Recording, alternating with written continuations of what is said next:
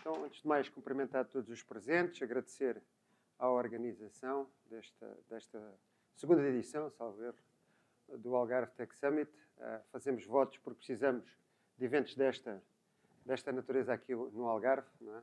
Cada vez mais a tecnologia não é só algo dos geeks, é algo que está no dia-a-dia das nossas casas, nas nossas vidas e também na vida das empresas e, acima de tudo, como um grande auxiliar para respondermos aos grandes desafios que hoje enfrentamos. Eu não vou prolongar muito mais nesta abertura, por assim dizer. Também não vou fazer aqui a apresentação de cada um dos meus colegas aqui neste painel. Vou pedir a cada um deles que faça essa mesma apresentação e que, simultaneamente, possa também, por um lado, apresentar a organização a qual pertence, não é? E já agora, como é que entraram neste mundo da tecnologia? Se foi por acaso, foi uma circunstância da vida, se foi uma conjugação dos astros, e sem qualquer preferência de esquerda para direita. Se calhar começo já aqui pelo Filipe Conceição, que, pronto, Filipe, força, o palco é teu. Obrigado, Dr. Pedro. Quanto tempo é que dispõe? Nós temos aqui o limite dos 55 minutos. Okay. Os últimos 5 minutos, se calhar, guardamos para fazermos aqui, desafiarmos também aqui a audiência, para nos colocar aqui algumas questões. E, portanto, eu deixava isso ao vosso critério, sendo que eu, como moderador, desculpem lá, mas sou o controlador do tempo. Quando vejo que alguém se está a esticar um bocado mais, eu não tenho pés nenhum em cortar e dizer para ir resumindo, por assim dizer. Portanto, Filipe, força, sempre então, na condição. Indo propostas. O meu nome é Filipe Conceição, sou engenheiro e eletrotécnico de formação, tenho várias formações e habilitações em par disso, inclusivamente como jovem agricultor, que é um bocadinho relevante aqui para o painel de hoje do Agrotech. Eu iniciei o meu percurso nas tecnologias desde muito cedo, sempre fui um interessado pela parte tecnológica, pela eletrotecnia, e isto já vem de criança, não é adulto que descobri a eletricidade, mas formei-me em engenharia eletrotécnica e trabalhei durante muitos anos em projetos de rega, de tratamento de água e de eficiência energética.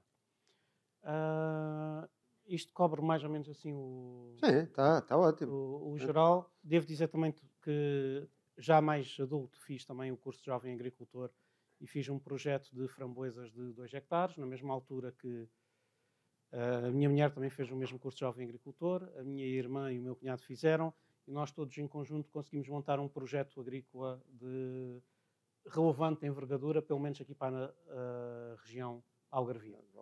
Sim, senhor, muito bem. Então agora o Rui.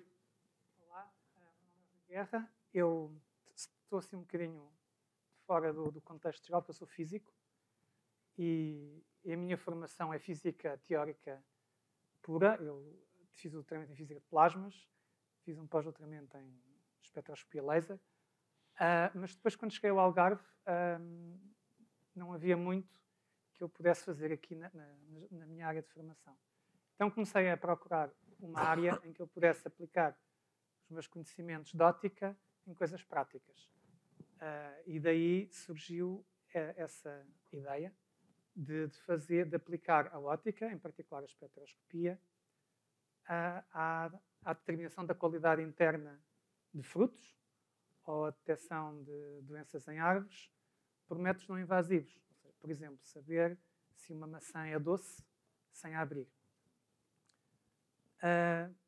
E faço a minha investigação no âmbito do CEOT, que é um centro que começou por ser vocado, como o nome diz, para eletrónica, optoeletrónica e telecomunicações, mas que ao longo do tempo foi englobando um conjunto de investigadores das áreas das ciências biológicas, das áreas mais exatas, como química e física, e das áreas das eletrónicas. E, portanto, o nosso projeto é um bocadinho fazer o mix destas coisas e tirar daqui uma vantagem, que eu acho que é uma vantagem competitiva, e que é temos tudo em casa, digamos assim.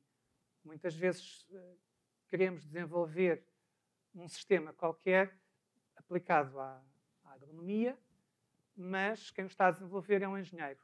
E falta-lhe a noção do que é preciso do ponto de vista biológico, ou falta-lhe a noção de como é que fisicamente, ou do ponto de vista químico, como é que funciona o sensor. Portanto, nós fazemos um bocadinho a mistura dessas coisas. Muito bem. Então, o meu homónimo, Pedro, não Monteiro, mas Correia, faça favor. Pereira. Mas... Pereira. Agora estava a ler. Desculpa lá. Pereira, sim. Pois eu sou das Caldas da Rainha, cresci numa aldeia cheia de agricultura à volta. Eu também sou das Caldas da Rainha. É? Somos a terra de um objeto que fazem cerâmica, mas cresci com imensa agricultura à volta, nunca quis trabalhar em agricultura. Queria ser engenheiro. Fui para a faculdade, em Engenharia do Ambiente, mas no Instituto de Agronomia. Portanto, acabei por estudar Agricultura e Agronomia. Agora só um parênteses. Portanto, havia ali uma afinidade no local de nascimento. E há outra na universidade, que eu também estou no ISA. Sim, ok, então também estou na melhor faculdade de Lisboa. Exatamente. Mas eu não queria nada com agricultura. Então acabei a licenciatura no ISA, em Engenharia do Ambiente, e fui estudar Engenharia do Ambiente para a FCT na Caparica, em Urban Planning. Eu só queria cimento. Acabei o mestrado em Lisboa, acabei também por mudar para Berlim, e eu não queria trabalhar com agricultura, mas acabei numa startup de agritech, em que acabou depois por se tornar numa das maiores startups de indoor vertical farming no mundo. Nos últimos 7 anos, quando eu trabalhei lá, expandimos desde um proof of concept em Berlim para o resto da Europa e depois também para o Japão e para a América do Norte, onde eu acabei nos últimos 2 anos e meio como Senior Production Manager para todas as facilities que tínhamos no Canadá e uma também em Seattle, em agricultura. E foi esse o percurso que tive até agora. Infelizmente, a startup teve agora uns shakes, como tiveram a maioria das startups em indoor farming, e reduziu drasticamente as operações para cerca de 98%. O que quer dizer que já não há muito dessa empresa, mas durante 7 anos fomos realmente os pioneiros em vertical farming a nível mundial. Senhor, muito bem. E agora o João. Ora, muito boa tarde a todos. Obrigado pelo convite. Eu não sei porque é que me convidaram, que eu não percebo nada de agricultura. Não é? Portanto, eu de formação sou engenheiro industrial e eu considero-me um homem de operações. E operações, o que é que a gente faz? A gente põe as coisas a funcionar. A tecnologia é o enabler. Faço isso ao longo, faço isso já desde que comecei a minha vida profissional. E mais recentemente, que é se calhar a razão porque aqui me convidaram para vir, é porque também decidi, não sabendo nada de agricultura, já varejei no Alfarroba aí no verão, que é autóctone, e eu sou algarvio, portanto, sou algarvio também, aqui de Faro. E um dia tive uma brilhante ideia de, se calhar, dá para fazer outras coisas que não aquilo que se faz normalmente com o alfarroba, e pronto, o acaso da vida cruzou-me que eu vi um produto da alfarroba, que era uma espécie de bombom, na altura, já há uns anos atrás. Por acaso não gostei nada do produto, mas achei a aplicação, eu já tinha trabalhado naquelas coisas, e disse, mas espera aí, alfarroba, nós lá no Algarve temos boia de alfarroba. Porque é que... Pronto, e depois as operações começaram a funcionar, a tecnologia, a alfarroba, como é que a gente põe isto, o que é que se pode fazer. E pronto, e assim surgiu dessa ideia, surgiu a Carob World, surgiu aqui ao lado, o primeiro protótipo aqui na Universidade do Algarve, para fazer os primeiros produtos, e depois o resto da vida consolidou-se, fizemos o processo produtivo, desenvolvemos uma gama de produtos, desenvolvemos marca, desenvolvemos todo um branding e uma estratégia para levar isto para fora, e pronto, e é isso que temos aqui no Rio Seco, uma unidade que hoje tem 12 pessoas, e também passou abriu em 19, portanto, teve logo 2 anos ali a sofrer, e estamos aqui a tentar levar a alfarroba para o mundo numa nova roupagem, que é isso que eu vou fazer. Portanto, digamos, estou um bocadinho mais abaixo depois do fruto existir, na transformação do fruto e na criação de valor. Sim, senhor. Bom, portanto, eu já vi que estamos aqui, isto está bom, porque são todos muito sintéticos, não preciso disciplinar ninguém, e, portanto, isto vai correr bem, sim, senhor. Até vai dar para fazer mais perguntas do que aquilo que tinha pensado, portanto. Sim, senhor. E temos aqui também uma panóplia de diferentes formações, também de circunstâncias que levaram a encarrilarem por esta área do agritech ou agrotech, também diferentes. Alguns foi porque queriam trabalhar nisto, outros foi porque começaram noutras áreas e nessas áreas, se calhar, não houve tanta oportunidade e vieram aqui parar, e outros por circunstâncias também. Alguns até acham que continuam a não pertencer bem ao meio, estão aqui já um bocado. E, portanto, é interessante também termos aqui estas visões diferentes e perspectivas e experiências de vida, que isso também enriquece aqui o debate. Ora bem, nós estamos, já agora também com aquele afã de apresentar os demais, e também porque entendo que o moderador aqui não se deve-se diluir a importância de estarmos naqueles que participam no painel. Esqueci-me de me apresentar, meu nome é Pedro Monteiro, eu sou o Diretor Regional de Agricultura e Pescas e, para além disso, também sou docente aqui na Universidade, professora convidada aqui na Universidade do Algarve desde há alguns anos. Sou agrónomo, sou também doutorado em gestão e tenho trabalhado ao longo da vida sempre nestas áreas, agronomia, fundos de investimento, programas de investimento, experimentação agrícola, que também é importante, não é? E, portanto, é esta a vida e o desafio que eu abracei. Sim, senhor. Ora bem, e falando em desafios, alguns de vocês tocaram nisso, não é? A pandemia. Portanto, nós temos vivido agora um período, eu não digo uma década, mas se calhar 5 anos altamente desafiantes. Não é? Portanto, agudizou-se o fenómeno das alterações climáticas, basta sair por esta porta fora. Bom, já estamos no verão, mas eu lembro que, por exemplo, em abril tivemos 3 ondas de calor com temperaturas superiores a 30 graus. Temos uma seca, tivemos uma pandemia, temos uma guerra que levou também ao inflacionamento de uma série das matérias-primas, da energia, etc, etc. Isso coloca um conjunto de desafios muito significativos às empresas e, concretamente, às empresas do mundo do agroalimentar ou do agribusiness, por assim dizer. Portanto, a primeira pergunta que vos fazia era precisamente nesse. Face a esse cardápio de tendências pesadas e dificuldades e de constrangimentos, qual é delas aquilo que vocês identificam hoje em dia como aquilo que vai ser o maior desafio que vai ser colocado ao setor agrícola, ao setor da produção, da transformação agroalimentar? Portanto, e também, nessa via, qual é o papel que a tecnologia poderá ter para ajudar as empresas, os operadores económicos, não é, a enfrentar esses desafios, seja a ultrapassá-los ou pelo menos a adaptarem-se a eles ou mitigá-los. Portanto, eu agora, uma vez mais dizendo que não quero ser aqui tendencioso, começo ali pelo João Corrido, se faz favor. Pronto, eu posso falar em relação àquilo que nos toca, não é? Portanto, este projeto na sua agenda, a questão das alterações climáticas existe hoje e acho que estamos para viver com ela. Portanto, acho que há uma série de mudanças de comportamentos que estão em processo e outros que ainda vão ter de ser acelerados. Portanto, aí, enfim, sob o ponto de vista macro, é algo que vamos ter de lidar todos nós como cidadãos. E aqui, nomeadamente no Algarve, ou em Portugal, e mais aqui para o Sul, nós, desde que eu me lembro que isto era já considerado uma região quase semiárida, não é? Portanto, eu acho que isso tende a agravar. O impacto disso na agricultura, o racionamento e o uso na água, o racionamento no sentido operacional e o melhor uso da água, acho que é algo que vamos ter de lidar e vamos ter de fazer muito mais. Não é?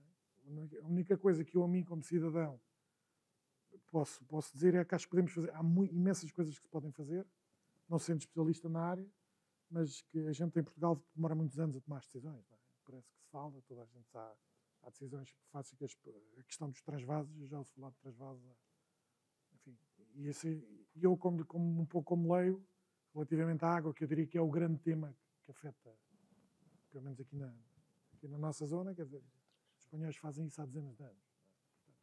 E nós, para o bem ou para o mal, eu acho que é para o bem, no sentido em que temos tudo, e depois para o mal, que não tomamos as decisões, estamos cá nós. Basta tirar o que existe mais no norte, e acho que este inverno foi um bom exemplo. Se a gente pegasse naquela água que estava lá a mais e trouxesse para aqui de forma controlada, se calhar tínhamos metade dos nossos problemas resolvidos. Portanto, eu acho que há aqui mudanças de comportamento, há tomadas de decisões que se põem e tudo mais. Relativamente, de uma forma mais macro, relativamente se falar em relação à Carib World, ou o que é, ou aquilo que pensámos, era algo que nós tentámos mitigar, porque pegámos um projeto que é ajustado à realidade do nosso... Primeiro, é um fruto sequeiro, é um fruto regional, está cá, portanto, e temos um processo produtivo, curiosamente, que não gasta água. Na minha casa, devo gastar, a minha conta de água deve ser maior do que a conta da fábrica. Não é? Portanto, tem a ver com as especificidades deste processo produtivo. Portanto, também pode haver aqui parte dessas tomadas de decisões a adequar onde é que se faz cada uma destas coisas. Portanto, os desafios são imensos, mas acho que são desafios mais macros e que se calhar aqui impactam muito mais na área da produção agrícola. Eu não antecipo na minha atividade que vai deixar de haver alfarroba, ou se calhar vai diminuir, se calhar até vai aumentar. Mas acho que a maneira como tratamos, como procedemos, como agimos e como consumidores, e a água é a grande consumidora, aliás, a agricultura, mais uma vez, estou-me a focar na água, há outros temas, mas acho que para nós, felizmente, com uma onda de calor, enfim, vai acontecer e tudo mais. Mas o nosso grande tema, principalmente aqui no Sul, é a água e vamos ter de nos habituar e gerir melhor, mudar comportamentos e infraestruturar de forma mais rápida do que se calhar se pensava para podermos endereçar esse sistema. Ok, então, continuando. Sim, no caso da empresa onde eu estava, a Indoor Vertical Farming, nós éramos vistos e somos vistos como uma solução para as alterações climáticas. Elas existem, não vão a lado nenhum. Vários países sofrem sobre o facto de não conseguem crescer nem produzir nada no sítio onde estão. E o facto de nós conseguimos crescer dentro de armazéns, ervas aromáticas frescas, com uma poupança de água de mais de 95% comparado com a agricultura tradicional. Porque, se pensarem, nós tínhamos tudo dentro de uns mega, nós chamávamos farms, mas eles pareciam uns mega frigoríficos, certo? A água era toda reutilizada, não era nada desperdiçado. Por exemplo, quando regam lá fora, na agricultura tradicional, acaba por se infiltrar no solo e por se perder, não é utilizada, é evaporada também. Se está muito calor, torna-se bastante complicado também de manter a rega, e nós tínhamos água constantemente a correr, sendo reutilizada, em que a mudávamos uma vez por mês, dentro do tanque. Portanto, éramos vistos como uma solução no que toca à agricultura tradicional, porque conseguimos reutilizar essa água constantemente. Outra coisa que era muito importante para nós é que nós tínhamos um impacto muito grande, e qualquer empresa que seja tão local como Indoor Vertical Farming consegue ser, por estar no centro urbano, é a parte em que não há supply chain comparado com, no nosso caso, produção de ervas aromáticas que vinham, sei lá, do México, ou de Israel, ou até mesmo de Espanha. Nós estávamos a crescer literalmente onde as pessoas compravam esses produtos frescos. Então, nesse ponto de vista, o tipo de empresa onde eu trabalhava, e existem mais como nós, tem uma vantagem e tem um impacto muito, muito grande quando comparado com a agricultura tradicional. Na parte dos desafios em si, sofremos muito com a parte de, por exemplo, da guerra na Ucrânia e a pandemia, porque embora houvesse uma necessidade maior de produção local de produtos frescos, como éramos os nossos, porque, por exemplo, com a pandemia era impossível importar produtos de outros países, a parte toda aérea estava mais constrangida, ter produtos também de outros países ou de outros continentes a virem a tempo para supermercados era bastante complicado. E, nesse aspecto, durante esses 2 anos e meio, a empresa onde eu estava expandiu-se literalmente para o Canadá inteiro. Conseguimos abrir 5 armazéns grandes em todas as províncias do Canadá e estávamos a produzir e a entregar produto fresco que eles nem estavam a receber de mais lado nenhum. Portanto, em alguns sítios éramos mesmo o único supplier desses supermercados. No outro, ao lado, que não era tão bom, era a parte de ter a matéria-prima toda para continuar com essa produção local, em que se houvesse um produtor local que nos pudesse dar na mesma as sementes, ou o pit, ou o packaging, tudo, ao tempo que nós precisávamos, que eram locais, mas com o Covid fomos impactados com esse problema, e também com a parte de instalar e aumentar a produção, porque nós temos uma componente técnica e tecnológica muito, muito grande, e a nossa vinha quase toda da Europa, maioritariamente da Alemanha. Então ter as cruzes todas que voavam para instalar essa tecnologia com a velocidade que estava a ser precisa localmente, tornou-se muito complicado. Porque de repente ficou muito mais caro, não havia matéria-prima e não era tão fácil andar com esta gente toda a voar de um lado para o outro. Portanto, a instalação ficou muito mais cara e isso acabou por ser um grande impacto não tão positivo na parte da Indoor Vertical Farming, pelo menos na empresa onde eu estava, que começou a ter assim alguns problemas. Mas se pudesse continuar a ter esse investimento e se continuasse a crescer dessa forma, que eu espero que continue, porque ainda há muitas empresas que estão a tentar e a tentar chegar ao nível onde nós já estávamos, é uma ótima solução para as alterações climáticas que temos agora e pode continuar a dar aos clientes e às pessoas que procuram um bom produto e um produto que sabe, por exemplo, a manjericão, comprou um manjericão e cheira a manjericão e sabe a manjericão, ou menta, ou uma alface, que realmente sabe o que é suposto, porque foi apanhada há um dia atrás nos subúrbios daquela cidade e que só viajou durante 5 horas e que passou por 2 pares de mãos até estar numa prateleira. Portanto, é uma ótima solução, mas hoje em dia está um bocado cara e é um bocado complicada de desenvolver esse pace que estamos todos à espera, ou que precisamos, pelo menos. Sim, senhor. Rui. Ok. Bom, vou falar de outra coisa diferente e tenho que explicar um bocadinho da minha experiência, não é? Porque a gente fala daquilo que sabe. Quando pensamos em sensores, muitos de nós pensamos em termómetros ou medidores de umidade do solo. Eu diria que esses sensores são sensores diretos. A temperatura é a temperatura e a umidade do solo é a umidade do solo. Não tem nada que enganar. Nesse aspecto, são sensores, como se costuma dizer, set and forget. A gente põe lá e esquece. Mas, se nós queremos ter informação sobre o sistema, inferir informação sobre o sistema, fazer previsões sobre o sistema, precisamos fazer uma de duas coisas, pelo menos. Ou ter sensores mais sofisticados, digamos, de um nível de sofisticação superior que dê mais informação, ou precisamos de jogar com a informação de muitos sensores mais básicos ao mesmo tempo, ver a evolução no tempo e fazer modelos. Ou então as duas coisas.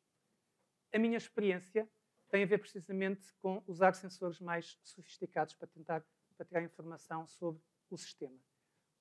Eu já falei aqui de espectrómetros, eu penso, se calhar, talvez toda a gente saiba o que é um espectrómetro, mas eu vou só explicar muito rapidamente o que é esta ideia do espectro e do espectrómetro. Toda a gente já viu um espectro, não é? O arco-íris é um espectro. E o que acontece nas gotas de chuva é que as componentes da luz branca se separam, não é? Então nós vemos o azul, o vermelho, o verde.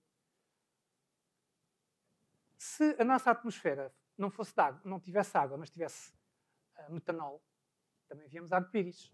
Mas a intensidade relativa das bandas do arco-íris era diferente. Estava lá o vermelho, o verde, o azul, mas tinham intensidades diferentes. Esta é a ideia do espectro. Um espectro é digamos, uma tabela que nos diz a intensidade da interação de cada componente da luz com o sistema. Por exemplo, com uma maçã, com um copo de água. Então estão a ver que um espectro acaba por ser uma espécie de um bilhete de identidade do sistema e daí o seu poder.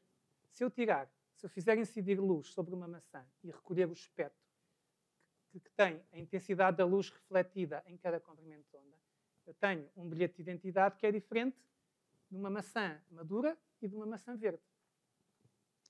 E a ideia foi usar este tipo de tecnologia para inferir informação sobre sistemas biológicos. Portanto, começámos a fazer trabalho nesse sentido e, neste momento, o trabalho está em duas vertentes. Por um lado, a automatização, através do projeto de copromoção com duas empresas do norte e do centro de Portugal, fizemos um calibrador automático de fruta que calibra a fruta por teor de sólidos solúveis e por existência de defeitos internos. O protótipo funcional está no Bom Barral e agora estamos a fazer um modelo novo com um outro cliente dessa empresa. Fizemos também um sistema de bancada, em que basicamente é só chegar com a sonda, clicar no sensor para ele ligar e receber o sinal e recebe-se o valor do teor de sólidos solúveis e a firmeza, que não funciona muito bem, no monitor. Esta é uma perspectiva. A outra é ir para os pomares e avaliar não destrutivamente a fruta nos pomares. Para quê? Para poder fazer um mapa de maturação, por exemplo. Para tentar perceber, daqui a 2 semanas, daqui a 1 mês, a fruta estará eventualmente pronta para colher. Isto, obviamente, é uma vantagem em termos de gestão da logística, da venda, etc. etc. Este é o ponto. Quanto a mim, qual é um dos pontos que é importante quando se fala desta história da tecnologia para a agricultura? É que quando passamos destes sistemas simples, que no fundo são automáticos, não é? A umidade do solo está baixa, rega-se. É um automatismo quase. Não falamos aqui de inteligência artificial. Mas se tomamos um conjunto de sensores muito grandes e alguns mais sofisticados e fazemos um modelo, então aqui já temos machine learning, inteligência artificial, etc, etc. E o problema aqui é que as coisas, ao contrário do que parece de fora, não funcionam sempre bem, nem diretamente, nem à primeira. E não são set and forget. São set and reset, porque muitas vezes as condições mudam.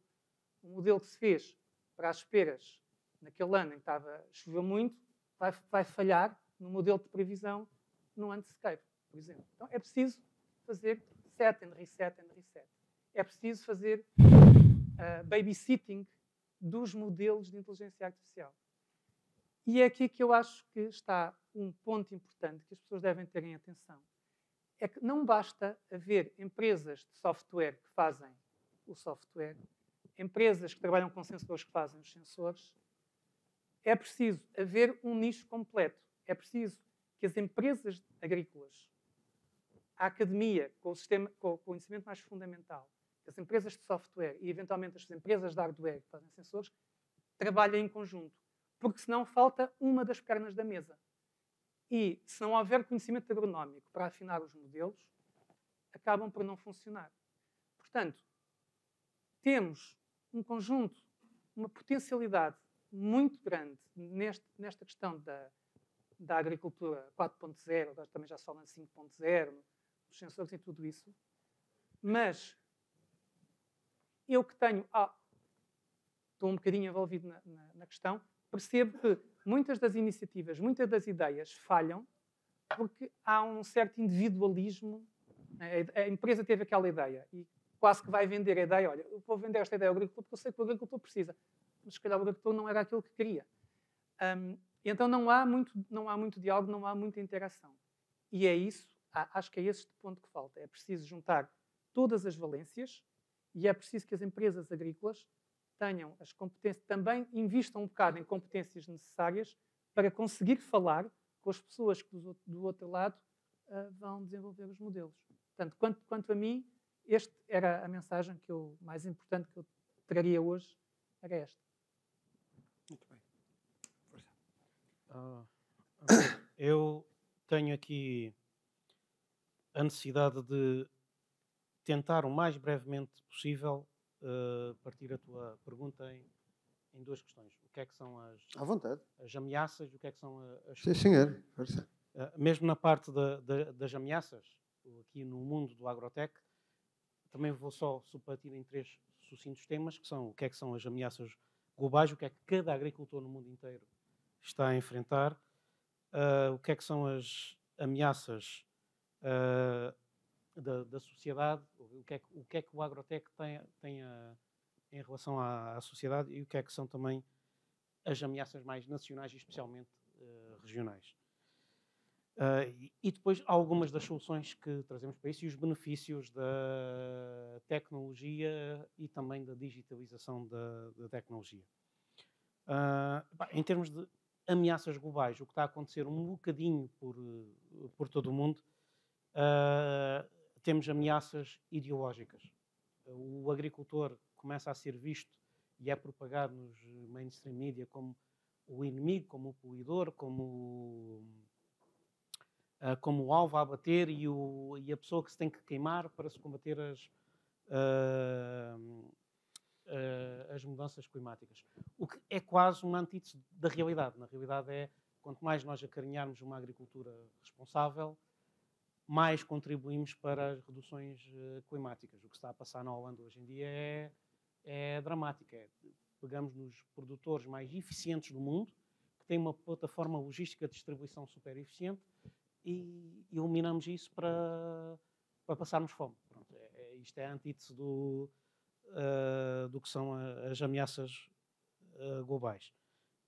Em termos também da agricultura, a um nível mundial, também está a haver uma guerra de monopólios de sementes e plantas, de propriedade intelectual. Ou seja, qualquer agricultor em qualquer parte do mundo está sujeito a uma pressão constante das grandes multinacionais que são detentoras das propriedades intelectuais tudo quanto são sementes e plantas. E, inclusivamente, temos legislações abomináveis na Europa, quase que proíbem de usarmos os produtos autóctones que temos aqui na comercialização. O produto autóctone, o produto saboroso, bonito, produzido localmente, quase que é proibido, porque tem que ser que satisfazer necessidades comerciais de monopólios. Há também tentado haver isto, também muito ligado ao exemplo da Holanda, mas também que está-se a espalhar um bocado por todo o mundo, que é o monopólio até dos terrenos. Cada vez mais tem havido um shift, uma mudança para os grandes latifundiários serem ainda maiores, adquirem terrenos e terrenos e terrenos. O Bill Gates é o maior exemplo disto. Uma pessoa das tecnologias que está a comprar terrenos, que é o maior proprietário de terrenos do mundo, e é o oposto em quase todas as suas ideias à comunidade agroalimentar. Indo aqui um bocado depois aquilo que o agrotech tem como ameaças de futuro, ameaças societárias e de sanidade. O agrotech tem vindo a ser cada vez mais atacado e consciencializado em relação ao público geral de metemos demasiados químicos nos solos, metemos demasiados químicos nas águas, estamos a pôr demasiados glifosatos e demasiado outros químicos que têm alterações endocrináticas no desenvolvimento humano. E isto tem severas implicações que são vistas hoje em dia estatisticamente, doenças autoimunes, desenvolvimentos hormonais desbalançados e tudo o demais. E isto, sinceramente, isto é uma grande ameaça à agricultura. Nós temos que ver, nós temos que perceber que a agricultura super industrializada sem regras não funciona. Mas sem agricultura industrial também não se alimenta a população. Portanto, onde é que está aqui o problema? E cada vez mais as intolerâncias alimentares e tudo mais, isto começa a estar relacionado também com o que metemos na cadeia alimentar, no peixe, na carne e nos produtos vegetais. Em termos de também ameaças nacionais e regionais, essas então nós sofremos aqui na pele e algumas já foram ditas aqui pelos nossos colegas, pelos meus colegas. A indisponibilidade de água, para mim, é de longe a maior aqui para o Algarve, mas não é a única ameaça que nós temos aqui ao agrotech. Portugal sofre um problema legislativo. Nós temos fraquíssima e antiquada legislação no que torna tudo o que seja agricultura. A nossa legislação portuguesa é uma fotocópia da legislação francesa de 1950, ou seja, nós vivemos com legislação de como se fazia a agricultura há 70 anos atrás, e isto é totalmente abominável a como se faz a agricultura hoje em dia. Portanto, como é que são avaliados os projetos, que permissões é que a gente consegue fazer para montar um projeto agrícola. Aliás, a lei é impossível de cumprir, porque a lei diz que nós não podemos ocupar X% do terreno, mas leis mais atuais dizem que vocês precisam ter X% do terreno para pessoas, para casas de banho, para estações de fertilização e lavagem dos produtos químicos e tudo mais.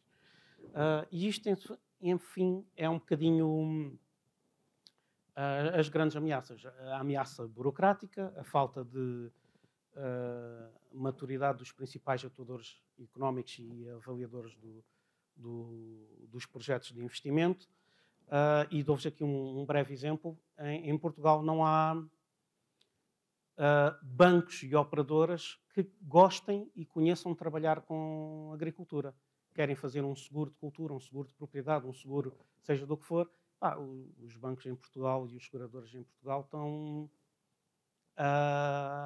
décadas atrasados. É necessário falar com seguradoras holandesas que sim estão no topo desse tipo de soluções económicas para os agricultores, e aí sim eles que fazem a brokerage toda para Portugal e com as seguradoras portuguesas. Portanto, Ainda sofremos aqui um problema que não é único da agricultura, mas é flagrante na agricultura, que é o facto da mão de obra. Todas as indústrias que eu conheço aqui em Portugal sofrem de um problema de altíssima rotatividade.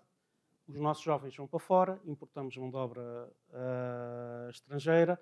Essas pessoas que cá vêm não ficam mais do que 5 anos. Isto é tudo um problema que gera falta de eficiência e efetividade e temos que passar isto. Portanto, em termos de soluções, portanto, nós, no grupo de empresas onde eu trabalho, no grupo Ubel, somos muito vocacionados para tecnologia. Nós vivemos muito o dar às contas só e apenas o que elas necessitam. Temos soluções sensóricas, temos soluções de acompanhamento agronómico.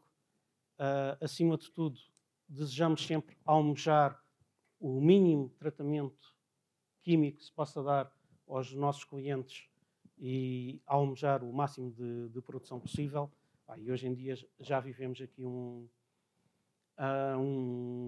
universo que todos os anos fazemos N experiências de N produtos para se tentar alcançar as concentrações mínimas com os máximos de resultados possíveis de produtividade e fitossanidade do máximo possível.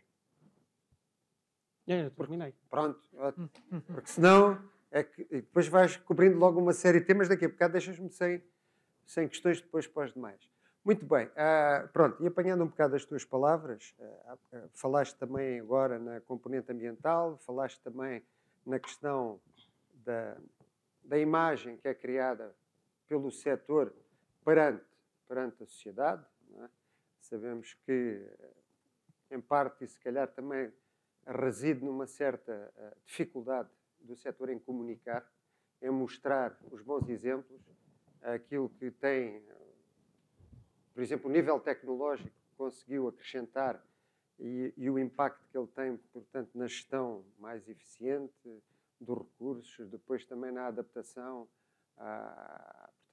àquilo que são os desafios da sustentabilidade ambiental, etc. Mas o que é certo é que a sociedade continua a olhar para a agricultura e com uma agravante, é que antes olhava para a agricultura como algo que era útil, porque produz uma coisa que é essencial, que são alimentos. Não é? Hoje em dia até parece que se esquece dessa componente da produção de alimentos e olha para os agricultores, para as empresas, sempre com uma grande desconfiança e um bocado nessa perspectiva de alguém que está, portanto, prejudica o ambiente, degrada ecossistemas, gasta recursos, etc, etc. Portanto, e é precisamente nessa linha que eu agora colocava a próxima questão, que é, pronto, nós sabemos disso, sabemos que, felizmente, nos últimos anos tem sido dado, e o próprio setor se apercebeu dessa necessidade de comunicar melhor, de abrir as portas das suas explorações, mostrar, contrariar um bocado essa imagem negativa que foi criada, injustamente, em muitos dos casos, mas ainda não chega. E, portanto, aquilo que eu vos perguntava é de que ponto, e a tecnologia aqui é uma ferramenta indispensável para fazer isso. Portanto, aqui o que eu vos colocava é de que forma é que vocês entendem que a tecnologia pode ser aqui um aliado importante do agricultor, das empresas, das organizações de produtores, para responder a esses grandes desafios societais também, na área do ambiente. Sabemos que, por exemplo, os principais instrumentos de política, nomeadamente este espaço onde nós estamos, a União Europeia, estão muito, e neste quadro de programação enfatizou-se ainda mais a componente ambiental. Temos um Pacto Ecológico Europeu com metas muito significativas do ponto de vista da descarbonização, do ponto de vista da ecologização, por assim dizer. A digitalização também já foi falado. Depois temos a estratégia do Prado ao Prato também, uma estratégia europeia para a biodiversidade. Portanto, há um conjunto de diretrizes, de orientações, depois também formatam elas próprias os instrumentos de política pública, nomeadamente os financiamentos. E, portanto, o que eu vos perguntava é de que forma, ou as vossas organizações, ou, em termos daquilo que é a vossa opinião, não é que a tecnologia aplicada ao setor agrícola poderá ser uma mais-valia aqui, precisamente para melhor adaptação a esse novo paradigma, não é? Uma agricultura mais sustentável, mais integrada do ponto de vista ambiental e também para um pouco combatermos esta imagem negativa, não é? que ainda subsiste em muitos setores da sociedade civil relativamente a este anátema à agricultura, não é? E ao agroalimentar. Portanto, agora se calhar aqui pelo centro, pelo Rui. Ok. 3 pontos. Primeiro, embora não seja exatamente o que foi pedido, mas se calhar neste contexto de alterações climáticas em que basicamente nunca vimos, não é? Talvez seja também de acariciar, como é que se diz? Cherish. Carinhar. Sim, acarinhar a ciência fundamental. Porque, por exemplo, nós não sabemos, penso eu, que não se sabe muito bem até que limites podemos ir, por exemplo, digam-me se eu estiver errado, diminuindo a rega, até que ponto é que os pomares aguentam? Ou procurar variedades mais resistentes. Há muito espaço para a investigação fundamental. E, portanto, se calhar era importante não olhar para a investigação fundamental como aquelas pessoas que vivem lá no castelo de cristal, isoladas no mundo. Este tipo de input poderá ser muito importante. João. Eu, rapidíssimo... Telegráfico. Telegráfico, porque isto a gente está a tocar aqui em muita coisa. Eu partiria isto primeiro de uma premissa que é assim. A necessidade está aí. Nós temos de produzir mais porque cada vez somos mais. A China já não é o maior país do mundo. Há 2 semanas atrás já é a Índia, já ultrapassou a China e já somos mais de 7 bilhões. E 7 bilhões de pessoas a comer, não é? A gente viu o impacto da guerra. O impacto da guerra, para além de afetar o leste da Europa, está a afetar tremendamente a Ásia, que deixou de ter cereais. Portanto, qualquer dia começamos a ter guerras por causa de comida. Portanto, a agricultura tem de estar lá. Portanto, isto é uma necessidade. Segundo, eu acho que um driver fundamental é o driver da responsabilidade. Isso é muito ao nível dos cidadãos e já está nas empresas. Nós temos de tratar do planeta, temos de saber fazê-lo para impactar as alterações climáticas, mas, acima de tudo, temos de trabalhar tudo aquilo que se fala. Combater o desperdício, a economia circular, reduzir, para fazer isso temos de encordar as cadeias de abastecimento, etc. Como eu digo, isto é nós como indivíduos e nas cadeias de fornecimento, os setores eu trabalho, para além da Caro, tenho outras vidas, e há setores totalmente em que só se entram. Por exemplo, o setor automóvel, neste momento, já é um requisito que se está nesse setor, é reduzir a pegada económica e ter compromissos para fazer. E a Europa aí está na frente, é o líder global nessas coisas. Mas isto é um tema muito atual. E para lidar com isto tudo, a única maneira acho que só temos uma solução, que é aquilo que já se mencionou, temos de ser mais eficientes. Temos de trabalhar eficiência, temos de trabalhar produtividade e temos de fazer tudo isso. O que é que nós, até por necessidade, fizemos, por exemplo, na Carob, a gestão da água, claramente, montámos um projeto que não consumia água para estar adaptado, combatemos o uso e o desperdício. Nós, também por ser uma startup, tivemos imensos desperdícios de matérias-primas. Neste momento estamos a utilizar praticamente 100% de todas as matérias-primas, seja por prazos, seja por inadequação, por controles. Portanto, está todo esse, que é basicamente tornar tudo o que temos em para fazer. Eu acho que isso, aquilo que a gente ouve falar, que todas as cadeias desperdiçam 30% da comida, coisas já, são números horríveis. Não é? Portanto, eu acho que isso é inevitável acontecer, mas, mais uma vez, as empresas têm de fazer a sua parte, mas nós, como cidadãos, temos também de fazer essa questão.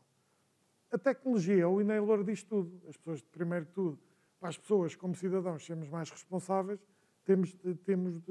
a comunicação está lá. Portanto, isso, mais uma vez, a ferramenta está lá, é só questão de a utilizar convenientemente. Para a vantagem que tem a tecnologia, usando esses diversos elementos, como eu disse, sou uma pessoa de operações, hoje já é possível montar empresas completamente digitais, controlar aquilo que é crítico também, seja neste caso a água, a temperatura, tudo aquilo que é crítico para manter as atividades ao mínimo, para ser mais rentável, obviamente, porque isto no final essa equação tem de ser positiva, salvaguardando aquilo que é importante. Portanto, isto é uma atividade de cada dia das empresas e de todos nós enquanto cidadãos. Não é? Reciclar, consumir, não gastar mais. Agora estamos em transição energética, enfim, isso está em todos os passos da nossa vida, como cidadãos e como empresa. É um bocadinho por aí. Muito bem. Filipe, vais-me desculpar, mas eu estive a controlar o tempo. Isto é como nos debates televisivos. Portanto, os vários candidatos têm ali um plafond e agora temos, para eu cumprir o meu compromisso perante a plateia, perguntava se alguém tem alguma questão. Não se acanhem, se faz favor, também só temos 1 minuto e 20, portanto a resposta depois tem que ser sucintas. Então, vejam lá se alguém...